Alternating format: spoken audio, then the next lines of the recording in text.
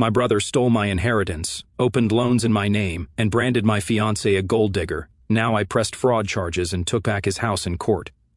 I am 33, male, and grew up seriously poor. Not like cannot afford the newest iPhone poor, but actually poor. The kind where you are eating toast for dinner and pretending it is a normal meal. The kind where you learn real young how to dodge the landlord on the first of the month because mom needs a few more days to get paid. That kind of poor. My mom worked 2 jobs, convenience store in the morning, cleaning offices at night. Dad was a mechanic, but not the legit kind with a shop. He fixed cars in our backyard for cash, always saying next month he would get his certification, next month he would open a real garage. That next month never came. My brother Jake and I shared a tiny room in our 2-bedroom house. Not just a room, we shared a mattress on the floor until I was 15. Jake is 2 years older than me, and man, he hated every second of sharing that space. He used to draw a line down the middle of the mattress with permanent marker, saying I better not cross it. Mom would get so mad about the marker, but she could not afford a new mattress, so we just flipped it over. I started working the second I could. Literally on my 14th birthday, I was at McDonald's filling out applications. I worked every summer, every weekend I could. School was not easy. Our district was pretty bad with teachers who had given up and textbooks from the 90s, but I studied anyway. The library became my second home because we could not afford internet at our place. I got into community college while working full-time at a warehouse on night shifts, loading trucks. My hands would shake so bad during morning classes from exhaustion, but I kept going. I started teaching myself coding on an ancient computer at the library. I got my first IT certification, and man, that is when the family stuff started getting weird. Everyone had something to say. Look who thinks he is too good for us now. Since when do you need a computer to work? Real work is with your hands. Jake especially hated it, saying I was trying to be something I am not. Then I landed my first real tech job. Help desk stuff, nothing fancy, but the money was more than my parents ever made combined. The first thing I did was get mom to a dentist. She had been dealing with a bad tooth for years, only able to afford aspirin to deal with it. I helped with bills too, even started paying the rent on time. That is when Jake and his wife Sarah started acting different. Suddenly they needed help with everything. Their car broke down even though Jake is supposed to be this amazing mechanic like Dad. Their kid needed new school clothes. Their fridge died. Every week, some new emergency. The big one came when they wanted to buy a house. They could not get approved on their own. Bad credit, irregular income from Jake's mechanic work. Sarah working part-time at a daycare. They asked me to co-sign. Looking back, I should have said no, but you know how family is. You want to help. So I co-signed. I even helped with the down payment because they had never managed to save anything. They acted grateful at first, but then the comments started. Every family dinner turned into this weird mix of asking for money while also putting me down. Remember when you used to wear my hand-me-downs? Jake would say right after asking if I could spot him some cash until next month. Must be nice having all that money while we struggle, Sarah would say, while wearing brand new clothes they could not afford. It got worse when I got promoted. I started doing actual software development, making good money. I bought myself a decent car, nothing fancy, just a reliable Honda. You would think I'd bought a Ferrari the way they reacted. Guess some people forgot where they came from. Must be nice to waste money while your family struggles. The thing is, I never forgot where I came from. How could I? I was still helping them every month, still paying for stuff when they came up short, still fixing their computer problems, helping Jake with paperwork for his business, which was just him fixing cars in his driveway, just like Dad. But in their eyes, me doing better somehow meant I had betrayed them. Like by getting out of poverty, I was saying I was better than them. That is not what it was at all. I just wanted something different. I wanted to break this cycle we have been stuck in for generations. Dad used to say, know your place. I think he meant it as a warning, like do not get your hopes up. But I took it differently. I knew my place was not where I started. It just took me a while to learn that changing your place does not have to mean forgetting where you began. Anyway, 2 years ago, I met Rachel at a tech conference in Seattle. I almost did not go. Jake and Sarah needed money for their kids' school supplies that week, and conferences are not cheap, but my boss said the company would pay for everything. Rachel was giving a presentation about database security, way smarter than me if I am honest. We got talking during the lunch break. Turns out she grew up like me. Dad worked construction, mom cleaned houses, she did community college, worked her way up, the whole thing. First time I met someone who really got it, you know. We started dating and man, my family had opinions. Sarah, especially before she even met Rachel, was telling everyone I was dating some rich girl who thinks she is better than us. Rachel is not rich. She makes good money now, but she is still paying off student loans. I waited almost 6 months before bringing Rachel to meet the family. I wanted to make sure it was serious first. I should have waited longer, honestly. It was at my parents' house, just a regular Sunday dinner. Rachel brought a homemade pie, found out my mom loves apple pie, and spent all day Saturday making it from scratch. But the second we walked in, you could feel how cold everyone was. Sarah would not even look at Rachel. She just talked about her like she was not there. "Oh, so this is the one who thinks she is too good to shop at Walmart." Rachel never said anything about Walmart. She shops at Target mostly, which is definitely not fancy. My mom tried being nice, but you could tell she was uncomfortable.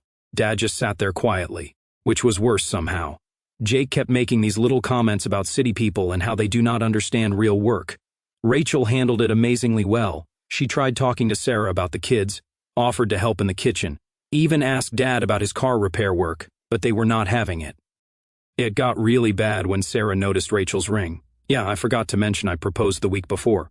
Nothing fancy. We picked out the ring together. It is not even that expensive, just a simple white gold band with a small diamond. Rachel did not want anything flashy because she works with her hands a lot, coding. Sarah saw it and lost it right in the middle of dinner. She goes, "Well, guess we know why he will not help family anymore. Got himself a gold digger. Bet she has expensive taste, huh? That is where all the money is going now." Rachel's hands were shaking, but she stayed calm. My mom just stared at her plate like she always does when things get tense. Jake laughed like it was some funny joke. Dad looked at me and said, "Guess you really have forgotten where you came from." I tried explaining that I was still helping them. I literally had paid their electric bill that month. But Sarah started crying about how I had changed and how Rachel was taking me away from the family. We left early. Rachel cried in the car, not because of what they said about her, but because she felt bad that she had caused problems between me and my family. That made me feel worse than anything they had said. After that, things got really weird. Sarah would post these vague things on Facebook about fake people and family traitors. Jake started telling everyone I was too good for the family. Now, every time I helped them with money, which was still pretty often, they would somehow twist it into me showing off. The crazy part, I was still co-signing their loans, still helping with bills, still fixing their computers and doing their taxes and all that stuff. But because I had Rachel now, because I was not focusing 100% of my time and money on them, I was suddenly this terrible person. Rachel suggested family counseling once. Sarah posted a whole rant on Facebook about rich people thinking they can fix everything with therapy. We were not even rich. We both worked full-time and lived in a regular apartment. But in their eyes, having enough money to not struggle every month meant we were basically millionaires. Looking back, I should have seen what was coming. The way they would ask about my work schedule, always so casual, like just making conversation. The sudden interest in when Rachel and I were traveling like they were planning their own vacations around it. And the questions about my banking details brushed off as just curious when I helped them with paperwork. But you do not want to believe your own family would do something shady, you know. And out of nowhere, when March hit, Dad suddenly got diagnosed with pancreatic cancer, stage 4. The doctor gave him 6 months. He pushed through for 7. The whole time Dad was sick, Jake and Sarah were weirdly focused on his stuff, like Dad would be having a bad day with chemo and they would be in the garage organizing his tools, or they would be helping him sort through paperwork, asking about his savings account, his life insurance, all that. I was paying for a lot of the medical bills. Insurance covered some, but you know how it is. There is always extra expenses, special medications insurance will not cover, equipment for the house, gas money for all the hospital trips. I never said no when they needed money for Dad's care. I never even kept track of how much I was sending. Sarah started a GoFundMe for Dad's medical expenses. She raised about $155,000 from family, friends, church people, and Dad's old customers. I found out later they used that money to renovate their kitchen. They said it was because Dad would want the family to be comfortable, but man, who does that? Dad got worse fast. By October, he was in hospice. Jake and Sarah kept talking about the inheritance like Dad was not even there. We should get the garage ready to sell or those tools are worth good money. Dad could hear them. He would just close his eyes and pretend to be sleeping. He passed away soon after that. I felt so cold. Losing your father is the worst feeling ever. When December came around, Mom insisted we all come for Christmas, the first one without Dad. Rachel was nervous about going. Things had been tense with my family since we got engaged, but I thought maybe Dad's death would have brought everyone closer, made them realize what really matters. We showed up at exactly 2 in the afternoon when Mom told us to come. We brought presents for everyone. Even though money was tight after all the medical bills, Rachel made her famous apple pie from scratch. The second we walked in, you could feel something was off. Everyone stopped talking. They exchanged these unbothered looks. Sarah was sitting there with a weird smile. Jake would not even look at me. The only one who welcomed us was my nephew Tommy. He came running up to us. He is Jake's oldest, 12 years old, super bright kid. He was trying to show me a coding project he had been working on at school, saying he has a competition. All excited about it. "Uncle Dom, look what I made. It is like what you do." But Jake grabbed his shoulder, pulled him back. "Do not bother your uncle with that computer stuff. He is probably too busy being important." Tommy's face just fell. He shuffled off to play his games in the corner while Jake gave me this look, like even my nephew talking to me was some kind of betrayal. That should have been my first clue about what was coming. Mom hugged me, but it felt forced. She barely acknowledged Rachel. She just took the pie and disappeared into the kitchen. We sat down in the living room and nobody said anything for like 5 straight minutes, just this awful silence. Finally, Jake does this fake throat clear thing and goes, "Listen, we need to talk about some family business." Rachel starts to get up all polite like, "Maybe I should give you guys some privacy." But Sarah cuts in with this nasty, fake, sweet voice. "Oh no, please stay, Rachel. You should hear this since you are so interested in our family's money." The way she said it made my skin crawl. "What is going on?" I asked, but I already had this bad feeling in my stomach. Jake leans forward, trying to look all serious. "Look, while Dad was sick, we had to make some decisions for the family." Sarah jumps in again, still with that sugary voice. "Your brother did what needed to be done. We had the power of attorney to put everything in Jake's name, the house, the garage, Dad's savings." She pauses, watching my face. "Everything." I felt like I could not breathe, right? "What do you mean, everything?"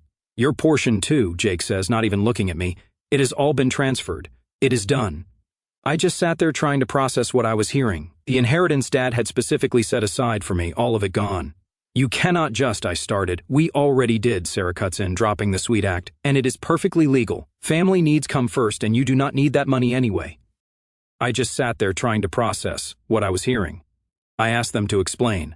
Sarah did most of the talking with this fake sweet voice, like she was explaining something to a child. "We have a family to support, bills to pay. Your father understood that family comes first, not like you would understand, living your selfish single life." I pointed out I was not single, I was engaged to Rachel. Big mistake. Sarah turned to Rachel with this look of pure hate. "Oh yes, the gold digger. You found yourself a guy with a good job, did you not? You probably convinced him to abandon his family. I bet you were loving all that tech money." Rachel started to defend herself, but Jake cut her off. "We know your type. Coming from nothing, thinking you were better than us because you got some education. Both of you forgot where you came from." Mom just sat there staring at her hands. I asked her if she knew about this. She nodded. "They needed it more than you. You have your job, your money, they have kids to think about." I reminded them about all the money I had sent over the years, the medical bills I had paid, the times I had helped with their mortgage. Sarah actually laughed. "Oh, please. You think throwing us some spare change makes you a hero? We deserve that money. We are real family, not some stuck-up computer guy who thinks he is too good for us." That is when they went after Rachel again. They started saying she was probably cheating on me, that she just wanted my money, that she looked down on them for being simple, working people. Rachel sat there taking it, but I could see her hands shaking. I stood up to leave. Sarah started fake crying, saying I was abandoning the family at Christmas. Jake called me ungrateful. Mom finally spoke up again. "If you leave now, do not bother coming back." We left. In the car, Rachel broke down as always because she felt guilty, like she had somehow caused this rift between me and my family. I had to pull over because I was so angry I could not drive straight. Once I got home, I started checking everything. My bank accounts, Dad's accounts I was supposed to inherit, property records. They had planned this for months. They used Dad's illness as cover to transfer everything. They even took out loans in my name somehow. My phone kept blowing up with texts. Jake telling me to man up and accept it. Sarah sending these long messages about how I was destroying the family. Mom just sending sad face emojis, real mature for people in their 30s. But they did not know they were messing with the wrong person. I might work with computers, but I know how to document everything, every loan, every bill I paid, every time they asked for money. I had records of all of it. Time to show them what real family looks like. So I called my bank. It turns out when you report identity theft, they get real interested, real fast. I spent 6 hours on hold getting shuffled between departments, explaining the same nightmare over and over. The banker finally asked if I wanted to press charges. I told her I needed to check everything first. I was not about to rush into this. Jake and Sarah needed to think they had won before I made my move. I played along, did not block their numbers, did not react to their social media posts. I even replied to Mom's guilt trip texts with vague, non-committal answers like I was considering making peace. Meanwhile, I was digging every email, bank statement, and transaction they thought they had buried. I unearthed it all. That is when I saw the full scope of what they had done. They had been opening credit cards in my name for months, convincing the bank they were helping me organize my finances. Rachel was the first to catch the weird charges. Small at first, a couple hundred here, 1,000 there, then bigger ones. New appliances, furniture, even a Disney World vacation. All while they cried broke and played the victims. But the house, that was the real mess. Since I co-signed for them, they used my name to take out more loans, a lot more. The house was worth maybe $180,000, but somehow they had over $250,000 in loans against it. My name was on most of them since I had good credit. When I checked with the mortgage company, I found out they had not made a real payment in almost 1 year. They had been using my inheritance money to keep up the minimums while taking out even more debt, like a twisted pyramid scheme. Then I remembered something. When I co-signed, we included a default clause. If they missed too many payments, I could legally take over the property to protect myself. Safe to say, Jake and Sarah never read the fine print. They just signed where they were told. While I was piecing all this together, the text kept coming. Sarah was sending long-winded guilt trips about family loyalty and how I was betraying them. Jake, ever the tough guy, warned me I would regret it if I caused problems. And Mom, she was in full disappointed parent mode, acting like I was the villain for wanting my stolen money back. Then Rachel found their social media posts. Sarah wrote a long dramatic post about how money changed me and how I had forgotten my roots. Meanwhile, her profile picture was her flexing with a $500 purse bought with a credit card in my name. That was when I went full forensic accountant. I compiled everything, every forged signature, every fake loan application, every stolen dollar.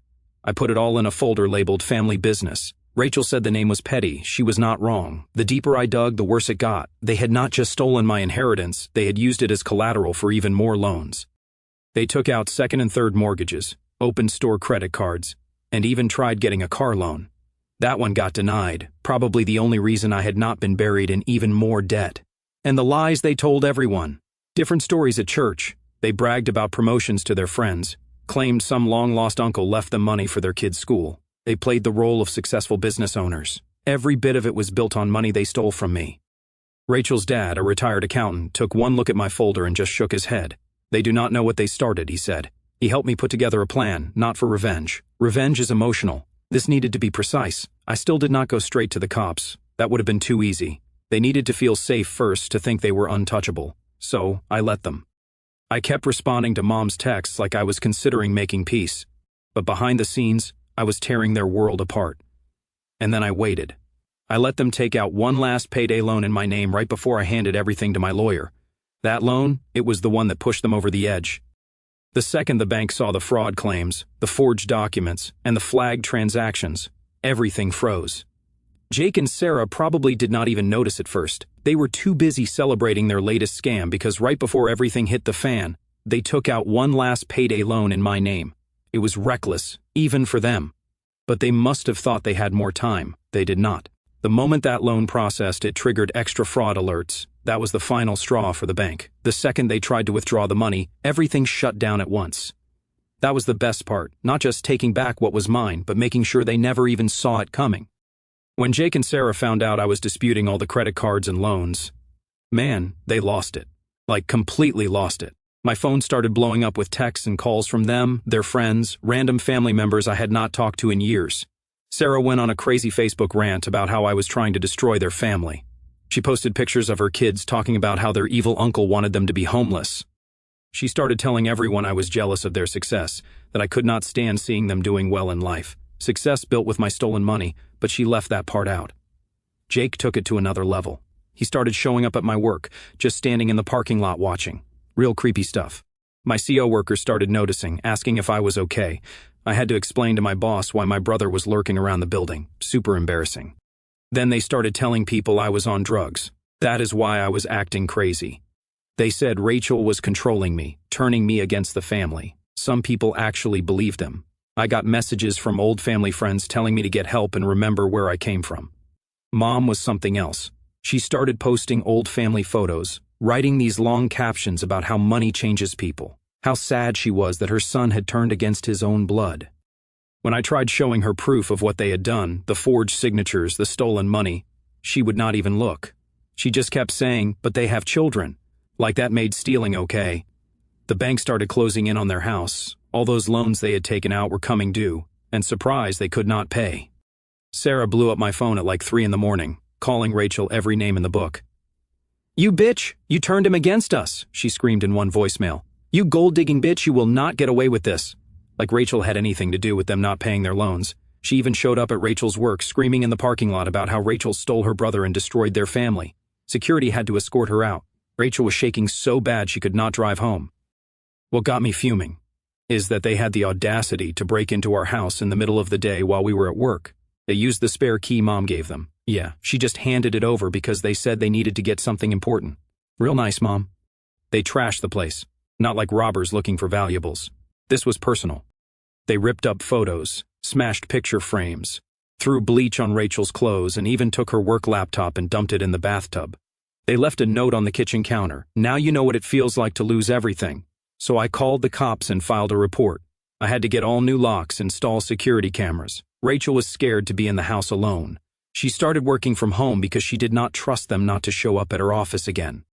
Their friends started harassing us, too. They probably heard about our family drama from Sarah's posts. Random calls at all hours, messages calling Rachel names. One of Sarah's friends from church drove by our house yelling about family loyalty, like these people had any idea what was really going on. I got this long email from Jake trying to justify everything.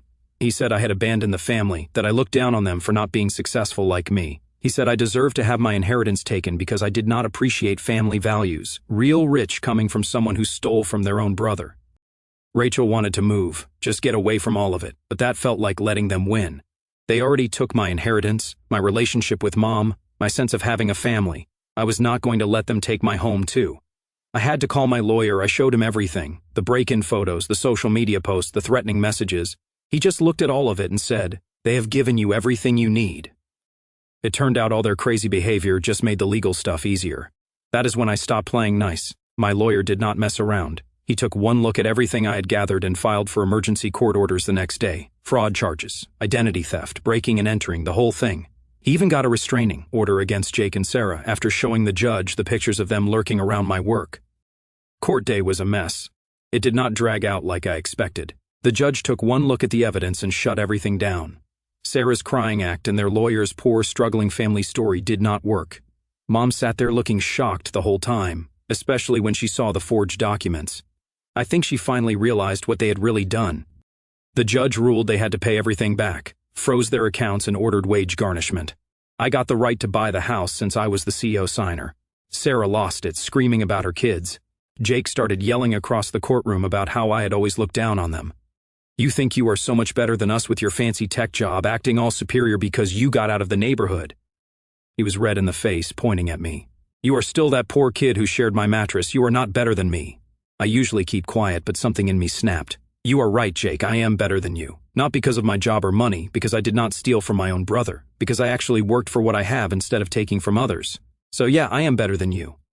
That is when he tried to jump over the barrier to get at me. Security dragged him out while he kept screaming threats. Real tough guy until the bailiff showed up. Even his lawyer looked embarrassed, probably realizing his struggling family story was falling apart. That was the last time I saw Jake in person. And honestly, good riddance. It's been 3 months since the court show. Life is different now, we're different. Rachel and I moved to a new place across town. We changed our phone numbers, emails, everything. We got cameras all over the house because we still do not feel totally safe.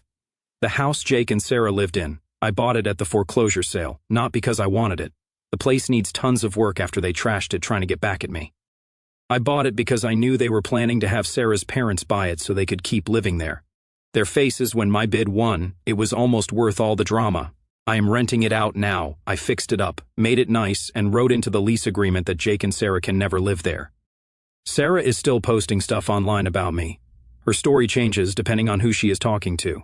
Some days I am this evil rich guy who destroyed their lives. Other days I am this manipulated puppet and Rachel is the real villain. Last week she was telling people I am part of some conspiracy involving the banks and the government, getting real creative with her lies. Jake lost his mechanic job after the court stuff came out.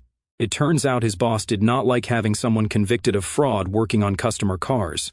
Now he is working at some warehouse, telling everyone who will listen about how I ruined his career, like I made him steal hundreds of thousands of dollars. Their kids are the only part that makes me sad. My nieces and nephews will not talk to me anymore. Sarah and Jake told them I am the reason they had to leave their house, change schools, give up their stuff. Imagine telling your kids their uncle is evil because he stopped you from stealing from him. Mom is trying to play both sides now. She calls me sometimes, crying about how the family is broken. She says she wants everyone to get along again. Then she posts on Facebook about praying for Jake and Sarah's recovery from financial hardship, like they are victims in all this. I stopped answering her calls. However, Rachel's family has been amazing through everything. Her parents have us over for dinner every Sunday. Her dad helped me set up all the security cameras and legal stuff. Her mom keeps trying to teach me their family recipes. She says I am the son they never had. It is nice, but sometimes it makes me miss what I thought I had with my own family. I got promoted at work last month. When you are not constantly dealing with family drama and giving away money, it turns out you can focus on your career. Rachel and I are planning our wedding for next spring. Small ceremony, just her family and our close friends. No drama, no guilt trips, no Sarah crying about how we are excluding family. Some people at work found out about everything, thanks to Sarah posting about it everywhere, and asked if I feel bad about ruining my brother's life. I told them Jake and Sarah ruined their own lives. I just made them face consequences and the money is mostly gone. Even with the wage garnishment and selling everything they bought, I will probably never see most of what they stole. But honestly, I do not care about the money anymore. What bothers me is how easy it was for them to throw away our whole relationship over greed. The funny thing is, if they just asked for help instead of stealing, I probably would have helped them. Not with everything they wanted, but enough to get by. That is what real family does. But they did not want help. They wanted everything I had out of jealousy. I got this letter from Jake last week. It just said, "You came from nothing and that is what you will always be." It made me laugh. Yeah, I came from nothing. I worked my way up from nothing. And when they tried to take everything from me, I rebuilt from nothing again. That is the difference between us. I know how to build things. They only know how to take. The other night, Rachel brought it up again. "You should let it go," she said, leaning against me on the couch. "They are not worth the space they take up in your head." I thought about it for a second, then just smirked. Oh, I let it go. I just do not forget, because that is the thing. Maybe I will stay, maybe I will go, but wherever I end up, I built it.